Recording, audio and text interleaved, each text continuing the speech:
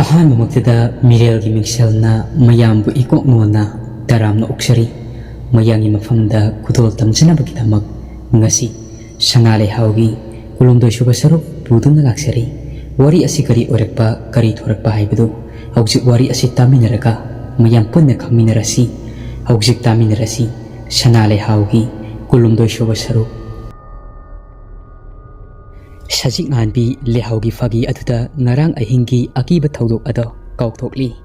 aduga asumna hairi karaidaginoda ise Leihao aikhoidi angang yamna oiriye nungsinabaga khangnabaga amata laitri aikhoidi kunthong wangma landribani yumdagi nongmata sajik nganbi gi wata aduda Leihao sunokchei sajik nganbi ngarangi ahinggi thaudok adugi maramda haigina di khanbani adubu matang sadabana Kona hairagi ningli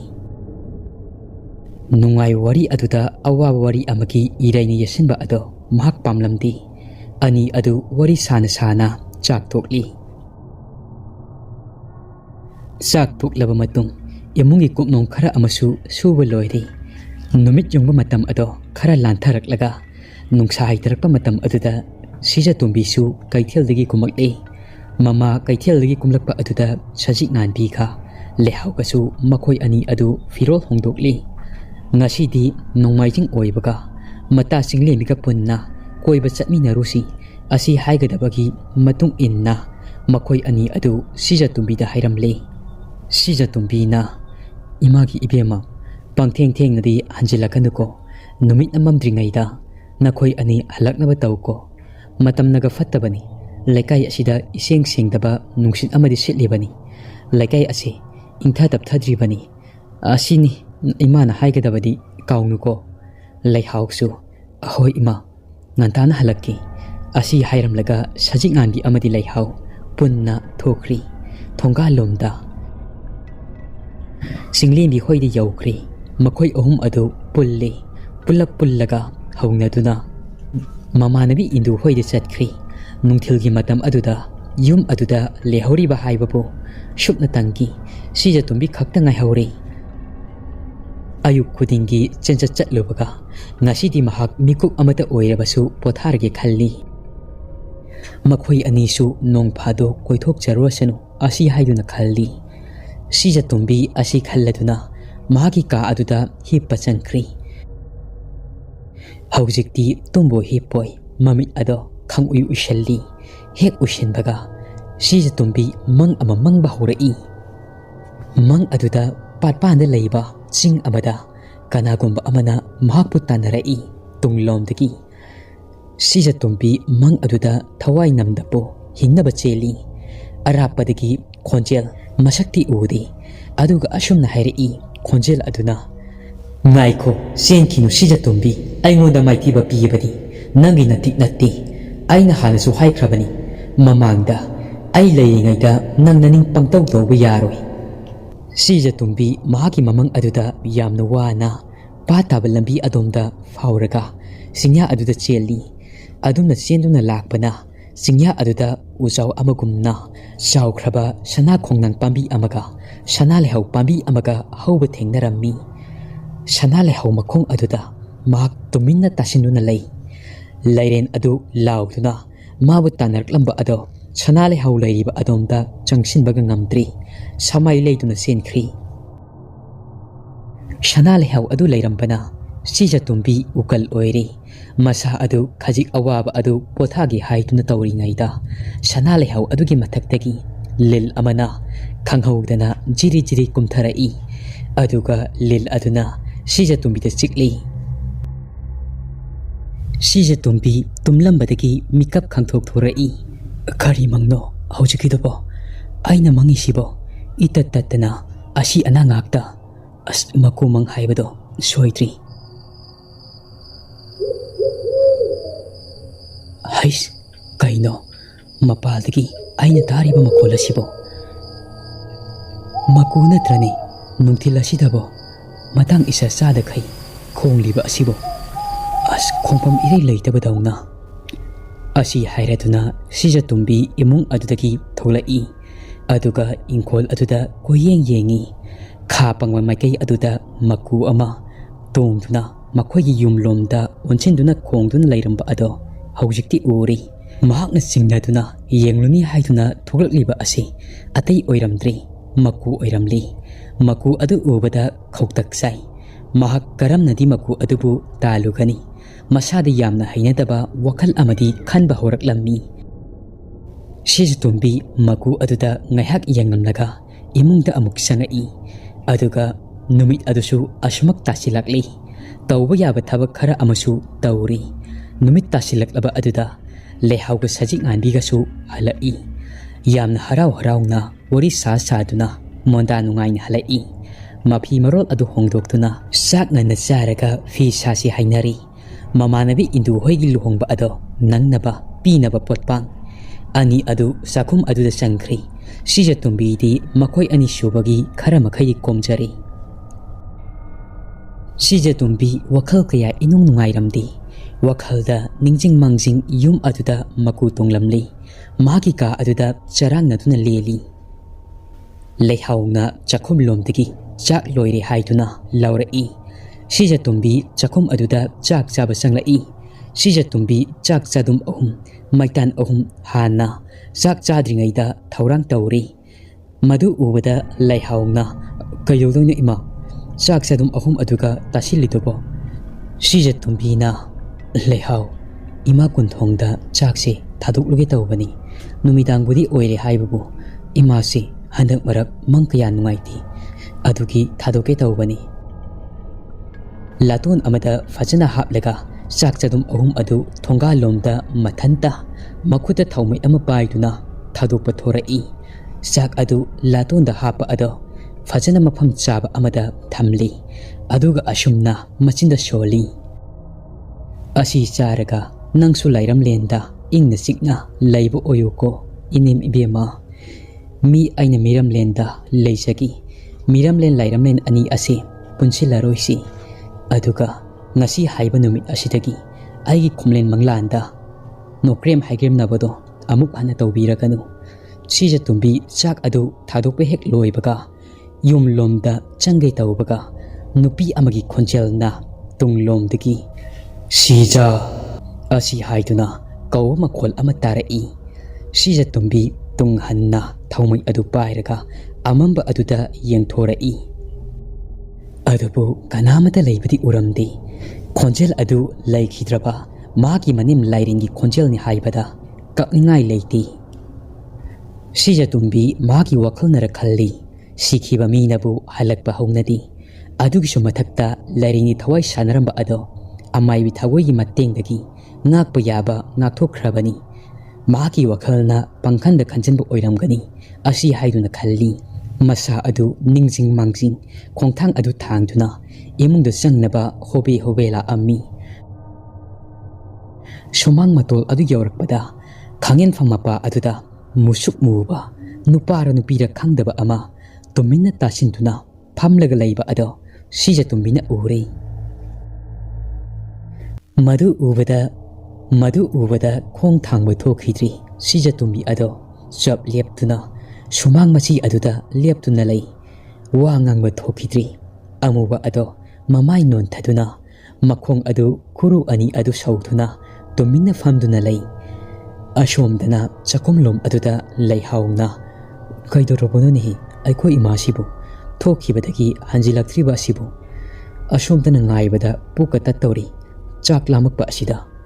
kayam kuina changya haisibo askuiman kheda sajik nganbi nang leiramuko ise amukta mangon fawba thoklugi imado karai tana satkhaba jatno numidang sidabo konthong fawdani hairamlaga sajik nganbi na ahoi ise leihau mangol lomda thorai hek thoglakpaga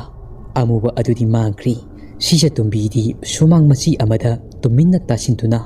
wa ngangdaba makai tuminna leptuna leiramba ado leihauna uri leihauna kaidorogi ima sak thadokani haina thokraga sungchang changlaktriba asibo kaidobu yawargi ima Shizutumbi na hojikta aigi mitmang asida musuk muba ama tasinduna fammaga leirambani khangen fam asida leihauna as aikoi ima sidiko yai he Kaidigi amubano karimata laiti ima khangin fam asida sija tumbina aina sak thaduk luraga changakpada haujiktani makong ani ado khuru sauduna tasinduna leirambado imadi madu ubada khong thangba thokidri Leihauna aikoi ima sidiko pangkhanda khanjela mali iman ui haido aisu ufam thoktro amamba asida adum leptuna leiraganu imungda sanglao ima angang takraga su nungai roi sak sadui ngai tuna lehaurabani madi sakhum changasi ima haukiba thaudoksing ado anriak suna amuk hanjilakani haibadi ima aisu khangi anachana imagi pukningda chingnaribado langtaknariba singsi yare ima lao sak ingmana hankragani sak saringe asida chahungnaba tawrasi sija tumbina lao sangasi thokibadagi hanjilakri hairamani angangdo mathanda chakhum aduda nungairammaroi asi hairaga makhoi ani adu chakhumda changlai aduga chak shaminari sak chaba loituna thaba inkhang adu loiri sija tumbidi tumba changkhri tumba changlamdai aduda sija tumbina leihauga sajik anbigada pangtheng thengnadi tumganuko ingthamtha changlakpaga kariga ingabadi nasado amuk nagani fi londoido lainin kakhatuna naba soiroiko koine lolaganu hairammi leihausu mamana tumlamdaida hairambasing ado ningsinglibani ani adu mapalda sasira khalammi mangolgi kachil aduwaida adubu ningthamtha changlakpagi aingba nungsit yaibada soidana narani aduna leihaugi ka phamang aduda fak ama thari madugi mathakta samtu fi induna musi musi nganba thaumaigi mangal aduda fanek mapal naiba ado thamba lekhok ado mapan fotli leihau amadi sajik nganbi nungai wari kaya ama saduna fanek adu fotli ikhang khangawdana sajik nganbi kangkha aduda yenglubada ngarang ahingi thauduk ado amuk khangning ningsingai khut jawjaw lawba amana maki makhong aduda tap lawnga pairakhiba ado falap tung handuna yengi adubu karimata laibati udi masa adu ithak thakatli sajik nganbi laibak adu humang prik prik sauba horei mahakti haukiba thodoksing ado loine kauthuk lurabani adubu karai digina khangdi khangning singai akiba pumba ado loina magi wakhal aduda haitharakli leihauga hairigi haibasu haiba ngamdri sajik nganbigi yei hainadaba mataw adu ubada leihauna hairei sajik nganbi kaidorage nangbo sajik nganbi na kaishu tawdida isi leihauna nang yamna chokthana uri tumurosi akuiraroida isesu adumak potharadabani loidawsu kuidri sajik nganbi na iyani da isiga adumak punna losilasi leihauna nangna sase ubada yamna waraba mali hayenga tana hogan aba tumjaruro ise losil hauragi leihauna haiman badagi sajik nganbisu famung aduda kakhatkri masa adu ngasidi thukat pakibaga punkhibana kop kamonga taina khibaga tumthau haibadi yadri du karomdagino khangdi yum adugi makhada laibada yamna akiba ama masada phawba horaklammi adubu kina mahakti adumak matamna thengchilakpana tumthakri shukna tangi leihau mathanta thengjilaklaba matam adu fawba fanek mapal adu loli leihaugi masa adu tumningbasu fawramdi athingbada thabak suba fi saba laidibi saba asi mahaki manatni adumna ningaitana fi lolinge aduda thaumaigi mangal aduda kobitin ama thaumai mapa aduda pasilai aduga manam aduna leibak aduda taktuna masa adu thok long thoktuna chatli kobitin adu amadagi ani sujilakli leihau thoina khanjiludi phanek mapa loliba adudagi pukning ani henna soithoklamdi ngehaki matungda magna haifet yengthokluba matamda kobitin adu uri kobitin adu ubada masa adu filolamaga tokli kobitin adu sangdoktuna munni yengi kobitin adu yengnaba hotnaringaida thaumaigi mangal aduda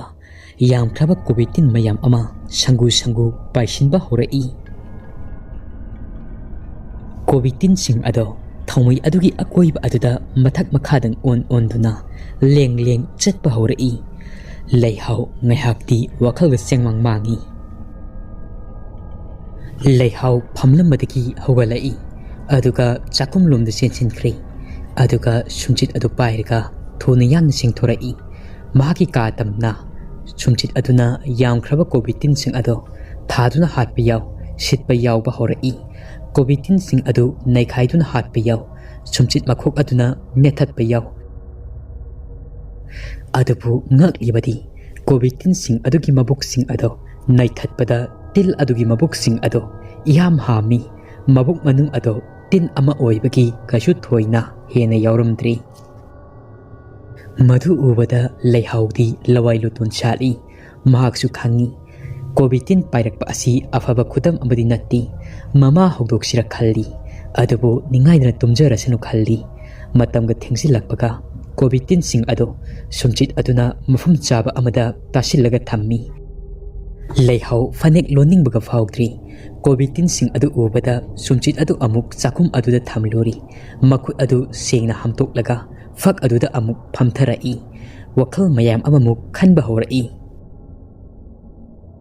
ꯐꯅꯦꯛ ꯂꯣꯜꯂꯝꯕꯒ ꯂꯣꯏꯅ ꯂꯣꯏꯁꯤꯜꯂꯦ ꯑꯗꯨꯒ ꯃꯐꯝ ꯆꯥꯅ ꯊꯝꯃꯤ꯫ ꯆꯍꯤ ꯀꯌꯥ ꯑꯁꯤ ꯑꯃꯨꯛ ꯇꯨꯃꯤꯟꯅ ꯂꯩꯔꯨꯔꯒ ꯉꯁꯤ ꯅꯧꯅ ꯑꯃꯨꯛ ꯃꯊꯤ ꯐꯣꯡꯂꯛꯂꯤꯕ ꯑꯁꯤꯅ ꯀꯔꯤ? ꯑꯃꯨꯛ ꯏꯃꯥ ꯏꯆꯥꯕꯨ ꯌꯦꯡꯁꯤꯟꯕ ꯑꯃꯃꯨꯛ ꯂꯩꯔꯕ ꯖꯥꯠꯂꯥ? ꯃꯪꯂꯝꯆꯠꯇ ꯐꯤꯃꯨ ꯁꯦꯠꯄ ꯑꯗꯨꯗꯤ ꯐꯥꯈ꯭ꯔꯦ꯫ ꯃꯗꯨꯒꯤ ꯇꯥꯡꯀꯛ ꯑꯗꯨꯗ ꯂꯣꯏꯁꯤꯟꯈ꯭ꯔꯦ꯫ ꯑꯗꯨꯒ ꯉꯁꯤ ꯅꯧꯅ ꯑꯃꯨꯛ ꯑꯩꯈꯣꯏꯒꯤ ꯌꯨꯝ ꯑꯁꯤꯗ ꯑꯁꯨꯛ ꯌꯥꯝꯅ ꯌꯥꯝꯂꯕ ꯃꯕꯨꯛ ꯍꯥꯝꯂꯕ ꯀꯣꯕꯤ ꯇꯤꯟ ꯊꯥꯖꯤꯜꯂꯛꯏꯕ ꯑꯁꯤꯕꯨ ꯑꯃꯨꯛ ꯍꯥꯟꯅꯒꯤ ꯃꯑꯣꯡ ꯑꯗꯨ ꯍꯟꯖꯤꯜꯂꯛꯏꯕ ꯖꯥꯠꯂꯥ? ꯋꯥꯈꯜ ꯑꯁꯤꯅ ꯑꯁꯨꯛ ꯌꯥꯝꯅ ꯆꯔꯥꯡꯅꯔꯤꯕ ꯑꯁꯤꯅ ꯀꯔꯥꯏꯗꯒꯤ ꯈꯜꯂꯛꯂꯤꯕ ꯋꯥꯈꯜꯅꯣ? ꯑꯩꯈꯣꯏ ꯑꯕꯣꯛ ꯂꯥꯏꯔꯦꯟꯅ ꯇꯧꯔꯤꯕ꯭ꯔꯥ? ꯃꯍꯥꯛ ꯑꯃꯨꯛ ꯍꯜꯂꯛꯂꯕ ꯖꯥꯠꯂꯥ? ꯋꯥꯍꯪꯇꯅ ꯌꯣꯝꯂꯦ ꯉꯁꯤꯗꯤ ꯑꯩꯍꯥꯛꯁꯦ꯫ ꯏꯃꯥ ꯍꯧꯗꯣꯛꯁꯤ ꯀꯗꯥꯏ? ꯑꯃꯨꯛ ꯍꯥꯏꯔꯨꯔꯒ ꯄꯥꯈꯠꯈꯤꯅꯕꯅꯤꯗ ꯑꯩꯗ ꯈꯪꯂꯒ ꯂꯣꯏꯔꯤ꯫ ꯇꯨ ꯑꯁꯤꯁꯨ ꯈ꯭ꯌꯥꯎ ꯈ꯭ꯌꯥꯎ ꯆꯨꯡꯉꯤ꯫ ꯇꯤꯟꯁꯤꯡ ꯑꯁꯤ ꯍꯌꯦꯡ ꯅꯣꯡꯉꯥꯜꯂꯒ ꯐꯖꯅ ꯍꯨꯟꯇꯣꯛꯂꯒꯤ ꯂꯪꯊꯣꯛꯂꯒꯤ ꯃꯄꯥꯜ ꯊꯣꯛꯂꯔꯣꯏꯒꯦꯗ꯫ ꯏꯁꯥꯁꯤ ꯀꯤꯊꯤ ꯀꯤꯔꯨꯝ ꯇꯧꯕꯗꯧꯅꯁꯨ ꯇꯧꯏ ꯉꯁꯤꯁꯤ꯫ ꯂꯩꯍꯥꯎꯁꯨ ꯃꯍꯥꯛꯀꯤ ꯐꯃꯨꯡ ꯑꯗꯨꯗ ꯇꯨꯝꯅꯕ ꯀꯥꯈꯠꯂꯤ꯫ ꯇꯞꯅ ꯇꯞꯅ ꯃꯁꯥ ꯑꯗꯨ ꯉꯁꯤꯗꯤ ꯀꯤꯊꯤ ꯀꯤꯔꯨꯝ ꯐꯥꯎꯕ ꯍꯦꯟꯒꯠꯂꯛꯏ꯫ ꯋꯥꯈꯜꯅ ꯂꯥꯡꯐꯩ ꯆꯠꯄꯗꯧꯅ ꯆꯠꯄ ꯍꯧꯔꯛꯏ꯫ ꯀꯣꯛꯀ ꯃꯣꯟꯒꯗꯤ ꯇꯥꯏꯅꯔꯤ ꯑꯗꯨꯕꯨ ꯃꯍꯥꯛ ꯋꯥꯈꯜ ꯃꯌꯥꯝ ꯑꯃꯅ ꯇꯨꯝꯊꯕ ꯌꯥꯗ꯭ꯔꯤ꯫ ꯃꯤꯠ ꯍꯦꯛ ꯎꯏꯁꯤꯟꯕ ꯍꯧꯈꯤꯕꯒ ꯊꯧꯗꯣꯛꯁꯤꯡ ꯑꯗꯣ ꯆꯍꯤ ꯈꯔꯒꯤ ꯃꯃꯥꯡꯗ ꯊꯣꯛꯈꯤꯕ ꯊꯧꯗꯣꯛꯁꯤꯡ ꯑꯗꯣ ꯑꯃꯨꯛ ꯅꯤꯡꯁꯤꯡꯕ ꯍꯧꯔꯛꯏ꯫ ꯂꯩꯍꯥꯎ ꯆꯦꯞꯇꯨꯅ ꯑꯃꯨꯛ ꯃꯥꯏꯀꯩ ꯑꯣꯟꯗꯨꯅ ꯂꯩꯈ꯭ꯔꯤ꯫ ꯇꯨꯝꯊꯕ ꯌꯥꯗ꯭ꯔꯤ꯫ ꯂꯣꯏꯕ ꯅꯥꯏꯗ꯭ꯔꯕ ꯏꯐꯨꯠ ꯑꯃꯃꯨꯛ ꯐꯥꯎꯗꯣꯔꯛꯄꯒꯨꯝꯅ ꯑꯩ ꯏꯁꯥ ꯑꯁꯤꯗ ꯏꯇꯠ ꯇꯠꯇꯅ ꯐꯥꯎꯕꯗꯧꯅ꯫ ꯀꯩꯅꯣ ꯃꯀꯨ ꯈꯣꯡꯕ ꯃꯈꯣꯜ ꯑꯃ ꯇꯥꯔꯤꯕ ꯑꯁꯤꯕꯨ? ꯑꯁꯨꯛ ꯊꯦꯡꯂꯕ ꯃꯇꯝ ꯑꯁꯤꯗ ꯑꯩꯈꯣꯏꯒꯤ ꯌꯦꯅꯈꯥ ꯃꯅꯥꯛ ꯑꯁꯤꯗ ꯀꯔꯥꯏꯗꯒꯤꯅꯣ ꯑꯁꯨꯛ ꯊꯦꯡꯂꯕ ꯑꯍꯤꯡ ꯑꯁꯤꯗ ꯏꯆꯤꯛ ꯍꯨꯜꯂꯛꯄꯒ ꯃꯀꯨ ꯑꯁꯤꯅ ꯈꯣꯡꯐꯝ ꯏꯔꯩ ꯂꯩꯇꯕꯗꯧꯅ ꯑꯩꯈꯣꯏꯒꯤ ꯌꯦꯅꯈꯥ ꯑꯁꯤꯗ ꯈꯣꯡꯂꯤꯕ ꯑꯁꯤꯕꯨ? ꯑꯁꯤ ꯈꯜꯂꯒ ꯂꯩꯍꯥꯎ ꯇꯨꯝꯅꯕ ꯍꯥꯏꯗꯨꯅ ꯋꯥꯈꯜ ꯃꯌꯥꯝ ꯑꯃ ꯈꯜꯂꯝꯂꯕꯁꯨ ꯇꯨꯝꯊꯗꯣꯏꯒꯤ ꯇꯧꯔꯝꯃꯤ꯫ ꯂꯩꯍꯥꯎ ꯈꯖꯤꯛ ꯈꯖꯤꯛꯇꯒꯤ ꯋꯥꯈꯜꯒꯤ ꯏꯔꯩ ꯑꯗꯨꯗꯒꯤ ꯅꯥꯟꯊꯣꯔꯛꯏ꯫ ꯃꯤꯠꯁꯅꯥ ꯑꯅꯤ ꯑꯗꯨ ꯇꯞꯅ ꯇꯞꯅ ꯎꯏꯁꯤꯟꯕ ꯍꯧꯔꯛꯏ꯫ ꯏꯃꯨꯡ ꯑꯗꯨꯗ ꯂꯩꯔꯤꯕ ꯂꯥꯏꯅꯤꯡꯊꯧ ꯑꯄꯣꯏꯕ ꯑꯗꯣ ꯑꯍꯤꯡ ꯇꯥꯡꯉꯧ ꯂꯩꯅ ꯊꯦꯡꯖꯤꯜꯂꯛꯂꯕ ꯃꯇꯝ ꯑꯗꯨꯗ ꯃꯨꯁꯨꯛ ꯃꯨꯅ ꯂꯦꯡ ꯂꯦꯡ ꯐꯝꯕꯥꯜ ꯑꯗꯨꯗꯒꯤ ꯊꯣꯔꯛꯏ꯫ ꯑꯗꯨꯒ ꯏꯃꯨꯡ ꯑꯗꯨꯗ ꯁꯤꯟꯕ ꯊꯨꯡꯅ ꯀꯣꯏꯆꯠ ꯆꯠꯂꯤ꯫ ꯁꯤꯖ ꯇꯨꯝꯕꯤꯅ ꯍꯤꯞꯂꯤꯕ ꯐꯃꯨꯡ ꯑꯗꯨꯗ ꯄ꯭ꯔꯞ ꯄ꯭ꯔꯞ ꯆꯪꯁꯤꯜꯂꯛꯏ꯫ ꯀꯥꯡꯈꯜ ꯑꯗꯨ ꯍꯥꯏꯗꯣꯛꯂꯒ ꯃꯈꯨꯠ ꯑꯅꯤ ꯑꯗꯣ ꯊꯥꯡꯖꯤꯜꯂꯒ ꯃꯈꯧꯔꯤ ꯆꯔꯝ ꯑꯗꯨ ꯃꯦꯠꯈꯥꯏꯒꯦ ꯍꯥꯏꯕꯁꯨ ꯉꯝꯂꯝꯗꯦ꯫ ꯑꯃꯨꯛ ꯂꯩꯍꯥꯎꯅ ꯂꯩꯔꯤꯕ ꯀꯥ ꯑꯗꯣꯝꯗ ꯄ꯭ꯔꯞ ꯄ꯭ꯔꯞ ꯆꯪꯁꯤꯜꯂꯛꯏ꯫ ꯂꯩꯍꯥꯎꯕꯨ ꯍꯥꯠꯀꯦ ꯇꯧꯕꯁꯨ ꯉꯝꯗ꯭ꯔꯤ꯫ ꯂꯩꯍꯥꯎ ꯍꯣꯏꯒꯤ ꯆꯤꯡꯐꯨ ꯃꯔꯨꯝ ꯑꯗꯨꯗ ꯂꯩꯕ ꯂꯥꯏꯃꯨ ꯑꯗꯨꯁꯨ ꯑꯍꯤꯡ ꯇꯥꯡꯉꯧ ꯂꯩꯅ ꯊꯦꯡꯖꯤꯜꯂꯛꯂꯕ ꯃꯇꯝ ꯑꯗꯨꯗ ꯊꯣꯔꯛꯂꯤ꯫ ꯂꯥꯏꯅꯤꯡꯊꯧ ꯑꯄꯣꯏꯕ ꯑꯗꯨꯒ ꯀꯥꯆꯤꯜ ꯂꯩꯃꯨ ꯑꯗꯨꯒ ꯋꯥ ꯇꯥꯅꯩ꯫ ꯑꯗꯨꯕꯨ ꯇꯥꯅꯩ ꯍꯥꯏꯖꯕꯇꯅꯤ ꯀꯔꯤꯃꯇ ꯇꯧꯕꯗꯤ ꯉꯝꯂꯝꯗꯦ꯫ ꯑꯁꯣꯝꯗꯅ ꯀꯝꯗꯧꯔꯤ? ꯑꯍꯤꯡ ꯇꯥꯡꯉꯧ ꯂꯩꯅ ꯊꯦꯡꯖꯤꯜꯂꯛꯂꯕ ꯃꯇꯝ ꯑꯁꯤꯗ ꯃꯥꯏꯕ ꯍꯩꯇꯣꯟ ꯐꯤꯃꯨ ꯁꯦꯠꯄ ꯃꯥꯏꯕ ꯀꯣꯔꯥ makhoi ahum singya gi lai khundinafam oiriba lai shanafam oiriba sana leihau makong adu tamna lai kora gi mafamda sana leihau ka makhoi ani gi lainariba mari asi adugi matangda hairi sana leihau asi yantatpana phagadra asi haiduna amamba aduda wa khanarami kora wakhal munna tawi u asi yanmana pharibra natragana yantatabana pharibra asi haibagi maramda ahing tanglong laina thengjilaklaba matam asida ngasidi koina singya asigi mafam asida panthaduna laibadi faroi haiduna makhoi ahum adu haiton hoigi yumda halakli ngasidi haiton hoigi yumda polli maiba korana ngaikho tahana u asi hekta yanbadi yaroi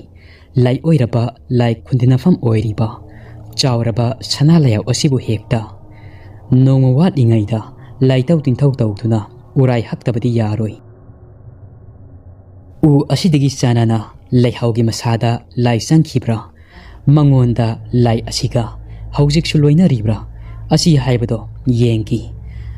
ai khoina budi leihaugi masada changdanaba thamai khrabasu lai aduna mahaki matungda ko in inaribra haibado yengi mamutta aduga sana leihause yalasi maiba kora mamit ani adu wisinkri aduga mahaka loinariba amangba lai ado khoiramba hauri adune hek khoiramba hobaga mahangna uri leihaugi masada lai changba ngamdri aduga mahaki akoibadasu lai adu leiba udri adugi mathakta sana leihau adugi akoibada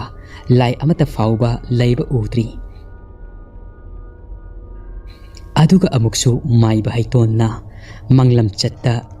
khoimom lainura heloi atombi lamleima taret kidi khwaiki tonbi arai leimaga pata kumduna shanamina khiba thaudoksing adusu uri khoimom lainura atombi aduga pat mayai aduda ising sanaduna leiba adu ubada maiba kora leitaba yadri heloi atombi mabu phaduna shanagi tawningbada tawhangi lepli yamna kupthana leihaugi maramda maki amangba lai aduda korana loina hangdoklami fimu setpa aduna tada kari phirep lobiragi asongi sanalaya wasi yantatpa asigi matangda korana sanalaya wasi asamba udi natti yari pok maikei asigi oina mafam asida lai mayam ama khundinafam sanafam oiriba mafam amani araiba amadi natti adubu sanalaya wasi yandaba sunyamak yaroi leihaugi masada nongpok leima panthoibi asi aikhoina khopna sena haudrabadi amuk mangona tongsin khibadi soiroi amadi chongchin khiba yai maram asina aibu haijau hairagadi maki lai kaidong liba sayo oikhiba u asidagi haurakhibani aduna sanalayaw asi yanbana chungkani adubu yaningi haiduna sanalayaw asi hekta yanbadi yaroi sayol ama fajana lai tainaraga u asi yanba yagani madugidamak waruranu aina loina singani u asi yanba tarabadi kul asida mising thingamdraba misi mina kaya amasu tholaklagani aduna sanalayaw ase yalasi sayol amagi matungda phimu setpa aduna nungai jareda oza ado oza leihaugi mama maza sina karama numit thada sidoiba maiba korana chahi kaya lisang sitna ine Leiren gi thawai Meerel se namsilubana mapangal mating ase fajana phudokpa ngamdri adubu tapna nongmagi phudokpa hauраklagani imungda leiramba laimu laining thaw apoiba thajin khibasi nongini asidi masa ase ipang khiroi yamdrabada numit khumni haukrabadi makhoi loina pangan phudoraklagani aduga wafam amana haujikpudi tapna yena khalukha amadi imungda fauba mathidi phonglabani kiya khang pirabani numit humni faudi khangkhisi sidagidi ine Leiren thawaina tawningbada tawba maning tawrakani phimu setpa aduna aidi numit humni se ngaibu ngamdreda mama masa sida sirabadi asi khanbada maiba korana kaisu warunuda madugidi soidana aikoina mai paktui leirabani Ado ai hojik pata kumlugi nakhoi kana amata lakpa yaroi ai ithanta chatlugi aruba thabak ama pangthok taba yadri haitonna ojabu karamba aruba thabak no maiba korana kona haige haiton fimu setpa aduna ojabu ithanta amamba asida chatpa nungai gadrani maisu yauda maiba korana yanida ainabu aingonda kananabu henjinba ngamdoino lai oigera mi oigera ngasi phauba aingonda henjinba ngamba kana leitri aina chatlibasi aikhoi mai paknaba lambi yatpa chatpaga mani adugi saruk khara chu patharo hayengdagidi chana lehau asi yanaba hotnabada aruba lai taiba haugadoribani ngantana hugattuna numit lairi ngaida pochi langdaba yaroi nakhoi pothanaro ko ngasidi ai halakpa ngairam laganu maiba kora asi hairam laga athengba ahing aduda pa taba lambi adomda mathanta thaumaisu yauda lai hiyangai ge pankhalakpa thajana masyak mangal yeli atia pumba adu marakta atia adu laichil nongphai thangli maiba kora gi tungda tidmu laimu fattaba kaya ama inarai aduba mangonda di karimada tawbusu changlamdi mahaki makutta lang ahingba ama tasinduna khubam nung aduda chechetna paishilli makhong khongthang adu launa thangduna ngasaimana okhiba pati mayai oiba nongpok thangba saruk lai nurabi taret aduna iru taraga sanabam fam aduda lai nurabi aduda thengnarabadi faragani makna sijinaba yaba sijinarage khalami mahakna mamit usinduna yengbada okhiba pat adugi nongpok thangba ising leiba maikai aduda lai Adomna lakpada nupi tarit aduna kek launa nokpa harau mathoi kawi khonjel ado tari mi tinbadawna nungai bi ipakta tawduna shanariba khoimom lainura sing ado leiba uri marum amada lona changsinduna yengi lainura bi sing ado maiba korana matang sap chari iru janingbaga thongra tekbaga sap manari ngasigi numit asida aina khoimom lainura atombi arai leimasi soidana pharagi maiba kora nungaibana masa ado thakatli khoimom lainura bitaret ado ashomdana tayong mi amal lakli asi haibagi samin phangli akoiba aduda lotuna lairi haibasu makhoi taret adu khangli khwaidigi matik leibi taret aduki atombi arai leima aduna machem taruk adupu mafam asi thadoktuna chatkro hairammi khwaidigi iton tonpi arai leimana taibang fattaba siga pana hauragi lanthengna hauragi hairammi khoimom lairema lainura atombi arai leimadi mitna kuppada loina khangba uba ngamle lakliba taibang asi asamba taibang mi amadi natti haibasi maksu khangli amaiba pukok singkok oiriba tamlaba chinglaipak amadagi lakpa yamna haiba lewatinwa haiba henthoiba misak amani haiba mahaksu khangli ngasi pat asida amamba ahing asida mathanta mapang kana yauda lakliba sidi khoimom lainura arai leimana mabu mikau thagauduna lamlaima heloi atombi makpu fagadabagi lakpani haibasi mahaksu khangli Taibangi nunglonda khaliba wakal fumba adu iseng sengna uba ngammi lairembi mata tauraga mayo mabu ikai phiruk khumangi seiwi setheng phangangi lepi ngasi maiba korana mafam asida lakliba asi maram anini ahanbada thoina panwi panthoibina khwaidigi pamjabi asi karino hanglagi adugi sumathakta lairembi mabu sijinaduna magi tauba mai paktraba sinthamakai loina mai pakhallagi asini laibu phaba ngamba laibu taiba ngamba in marak ama pakpa amaga loina duna long machin tumba ama mahi leiwana yomlaba laigi sarai fida khajik thengbada mahi mayai pumba chamhanba ngamba manghanba ngamba long machin tumba ado seksin na pairuna lai haiba lainura atombi arai leimadi khanglambi in asina thingkhrabadi long asina sokhrabadi maki mahi pumba ado loinamak samlagani karigumba sokhiba matang thoklabadi khoimom lairimbi maksu anaba oiduna lai oiraba nongpok ningthau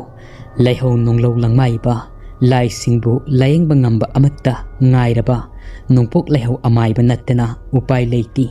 layeng naba aduna mahak seksinna leitaba yadi masu nipa asilak le khanglabanina ngasaina masem taruk aduga loina tuna soraren gi libakta sekhiba yarabani adubu tamba oiba asida matik saba para tambiragi asi haiduna lehobani kumjangbi phane ama set kadom daginu khanghaudi sanabun ama yeb ising soktuna pat aduda sanaraga lei khoimum lainura arai leimana khalli khangloidrado lai ekhoibu minam sagi khanbadi laknageda ngasidi lamlai me heloi tareki atombi arai leima aigi iti khangal loidrado asuk yamna amai thaba ikai khangdabasi kari thokina tawja saribano khangani do lairimbi aigi iti nangi nunglonda khanjariba sing ado aina karigi uroi umasna singjaroibi khoinau itamabu nauthiemnaba hangtoki khalliba ado aishu khangi maiba kora tapna lakpana khoimom lainura arai leimana iruduna leiba maikai tamna sangsilai